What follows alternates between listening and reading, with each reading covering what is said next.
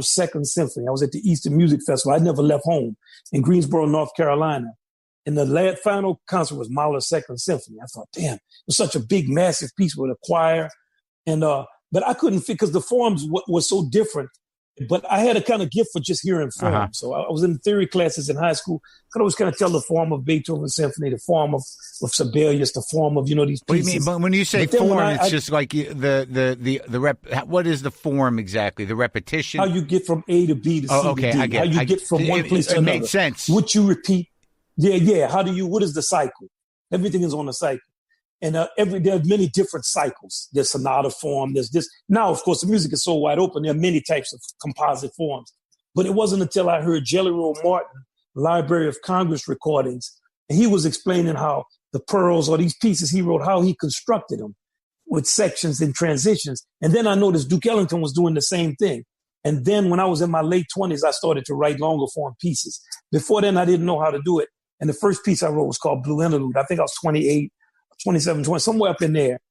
And then I figured out how to have my thematic development a certain way and how to connect these forms and use grooves, then the kind of psychological development of a piece through grooves. And from that time, I've always worked on these pieces and they have a lot of outline. I spent a lot of time outlining them, determining what keys I would go and what I'm going to do. And so I became kind of obsessed with working on them like a puzzle. Yeah. Well, that's good. It's nice to have a compulsive hobby. Yeah, man. Yeah. I always tell people, I laugh, when you write really big pieces for orchestra, I always say, if you want to waste a lot of time, do this.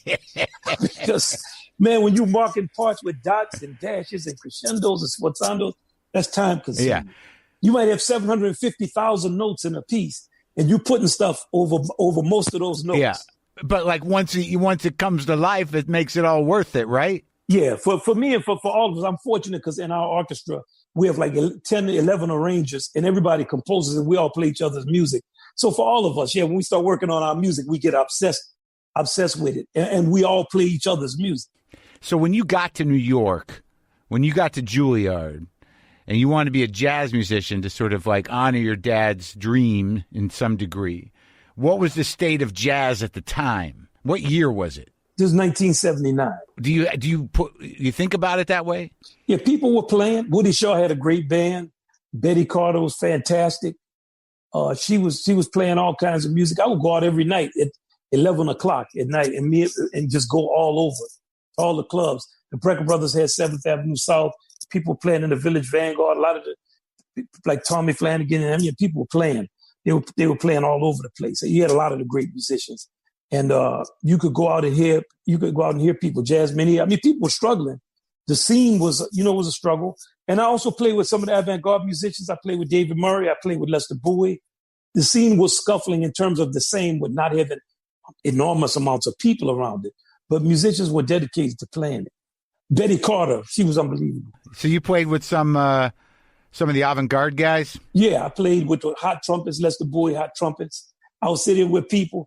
But I finally got a gig with Art Blakey and the Jazz Messengers. So that's how I learned how to play, was playing with Art. Wow, Art, if it was not for Art. What did he play for, like 50 years? 60 years? Oh, man, you never saw anything like that. And that's considered hard bop, right? Well, when in the 50s it was, but by the time I played with him, he was playing a lot of different styles, some that didn't have names. But he was a phenomenon, man. He was just as a person and with his playing, his musicianship and his belief in the music, his integrity. And we loved him, and we all called him Boo. It was like being in a family. Yeah. So when you signed on with him, you were like 21, 22? No, I was 18. 18. Yeah. And you're part of this Jazz Messenger legacy. Man, you're one of the guys. No, I was sad. I wasn't. I was up on the bandstand, but I wasn't playing enough to say I was part of the legacy.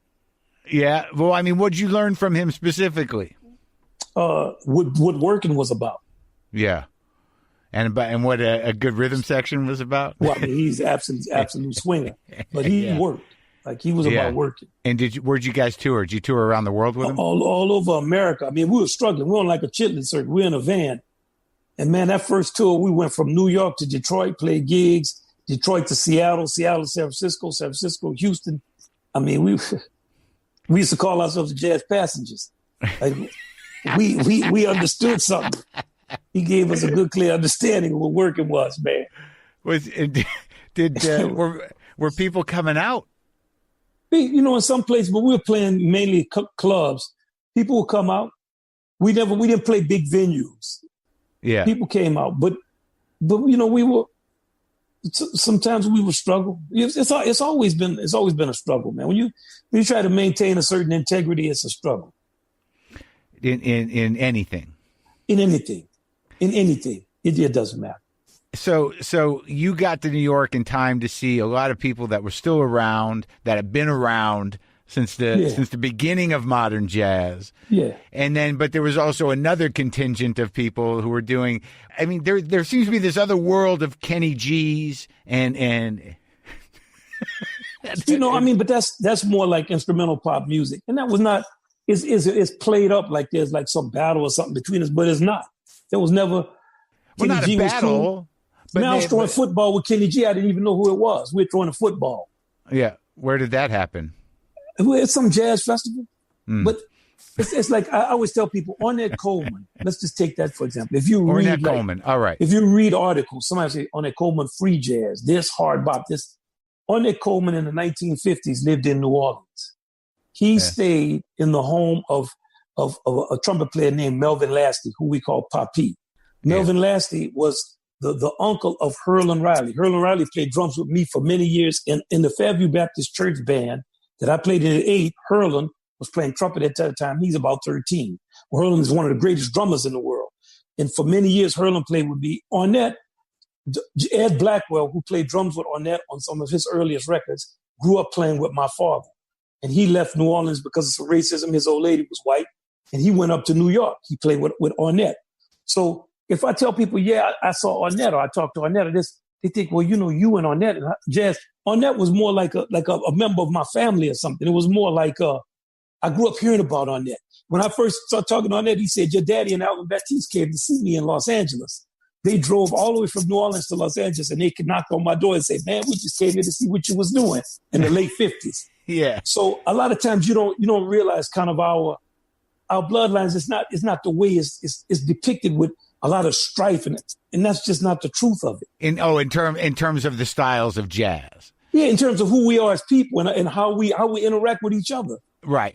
You guys are you're doing what you do, but the bond is deeper than he's doing free jazz, I'm doing this. He's doing that, I'm doing this. Nobody is talking about that and going to people's house, arguing and fighting with them and all of that. No, you might have an argument, but it's not going to be about what style you're playing. And if you have an age difference like between me and Ornette, and great as he was, no arguing. I was trying to learn something. So when I saw him, I wasn't saying nothing but how could I do this or could I do this, Mr. Coleman. I wasn't calling him Ornette either. You know what I'm saying? Yeah. Like as I got older, I realized the world is open, man. People come up with things, they have creativity, great. It's kind of like that when people ask me now, what do you think about Black Lives Matter? What do you think about protests? I say, our problems are so pervasive and so widespread. I want any act that we go towards equality for everybody. I want as many of those acts as we have acts of corruption and acts of denying people. There's no one way to be corrupt. So let all of everything, great. People are doing stuff. They want equality. They want to do this. Fantastic. You give some money, great. You're protesting, fantastic. You write an article, great. You're arguing with somebody at the barbershop, great. You need all of that. You've been not instead of, well, you need to do this or this needs to be one way. It needs to be many ways. And there's one person's way is not enough to solve the problem. It's too large. It's too pervasive. It's been around too long. It needs all of us to just be a part of. It feels like in terms of the current moment and that you're releasing this record in what I don't think you could have anticipated, the chaos and anger that's bubbling up now when you released it, but it all seems to fit together, right? Right. Well, I wrote it in 2018, so I had no idea that the pandemic would happen and it would expose our faults. I could see our faults, of course, because I'm from our country and have been around the world, but I also see other people's faults too. So that's part of me not having that kind of us versus them. I've had the opportunity to be in other people's countries and talk with them and see how they deal with the problems they have. And and at the end of, like, in the record, you sort of elevate and focus on Fannie Lou Hamer. Yeah. Out of that period, what made you choose, her impact? Well, my mama loved her. Oh. She loved Fannie Lou. And Fannie Lou was the eldest of 20 kids. She grew up in the rural South. She had just a natural kind of ability. She a voracious reader at a place where you were kept from reading. And she got involved in the political process late with the Mississippi Freedom Democratic Party. She had an integrated party she brought to the convention. She ran for Congress. She didn't win, but she sang spirituals. She had a depth of insight. She fought that fight. She came back. She was beaten. She was shot at. Everybody tried to turn her around. She never turned around. And she spoke the language of the people. She came the longest distance. And she was all about realizing what the Constitution put in front of us. And then she went back to the community, started Freedom Forum, teaching people how to deal with health, to deal with raising kids, small business organizations. She was a powerhouse, man. And my mother absolutely loved her. So I grew up knowing about Fannie Lou just because my mama was always saying, boy, you need to listen to Fannie Lou, or child, Fannie Lou Hamer is the final word on everything. Like, she loved Fannie Lou. Yeah. So that's a tribute to Fannie Lou and your mother. Well, Fannie Lou, my mom was looked at Fannie Lou. And Fannie Lou, because Mr. Game said, here, I'm going to give you a freedom fighter. So I had to pick somebody who people didn't remember, because he's going to make the point. This freedom fighter, and he puts them all, Harriet Tubman, Lincoln Stevens. He said all of these people did stuff, and you don't even remember them. So, Fannie Lou was heavy, man. And I had to do a little homework myself. Yeah. Oh, yeah. All of us, if it wasn't for my mom, I wouldn't know who she was. Now, and when I guess there's a bigger question in terms of the impact or how these ideas. I mean, these are ideas that you have. All the ideas that you have about music is here. All the ideas you have about power in the world and is in this piece. About religion, about technology, about freedom, and then you underneath it is all your music and the people you got singing and doing all the other things. So. Because for me, I listen to something like this, it's like everybody should hear this, everybody should understand what this is talking about. But you're still up against the fragmentation of the media landscape, against, what is it, jazz? Is it where does it fit in?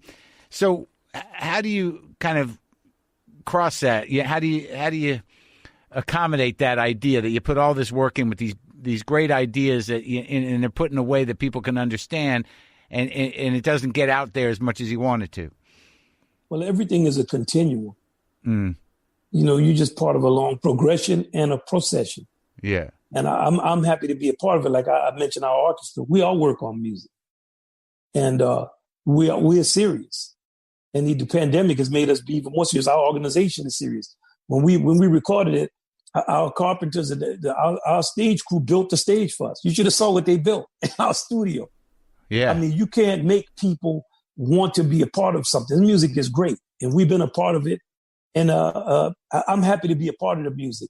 And you can't determine when people will listen to your music or whether they will like it. Or all you can do is make it be as good as you can possibly make it. And I'm dedicated to it. It's been a blessing for me. My father was dedicated, and all the great musicians and the cats in my band are dedicated. You hear the way they play the music on the record. We recorded that in 9 hours. We did a session in a day. In 3 hours, I was thinking, man, it's 50-something. It's going to take us a long time to record that. The orchestra was like, no, it's not. We coming in here to play, man, take care of business. And that's how they've been for the last 20 years. All these years, that for me, it's been a blessing doing it. At Jazz at Lincoln Center? Man, it's been so much of a blessing meeting people, not just in the orchestra. Our board members, people who've been a part. I didn't know about any of this kind of stuff, man. I'm a guy from Little Farms, Louisiana. And to look around and see all the people who've participated in it and what they've given to it, it's moving. My singers, when they finish, all of us in the band, because they're like the age of the oldest of us, they're like the age of what our daughters would be, that age. Yeah. Man, we were getting full thinking about the amount of work they put in, how great they sounded. They did an unbelievable job, because a lot of their parts are really hard. It doesn't sound it. Well, I mean, I think that speaks to also, what the power of it is about, getting back to, realizing when you were a kid that your father, what drove people was a belief in the music, and then the understanding of what it's like to be in the community of musicians or to be engaged in a piece of music with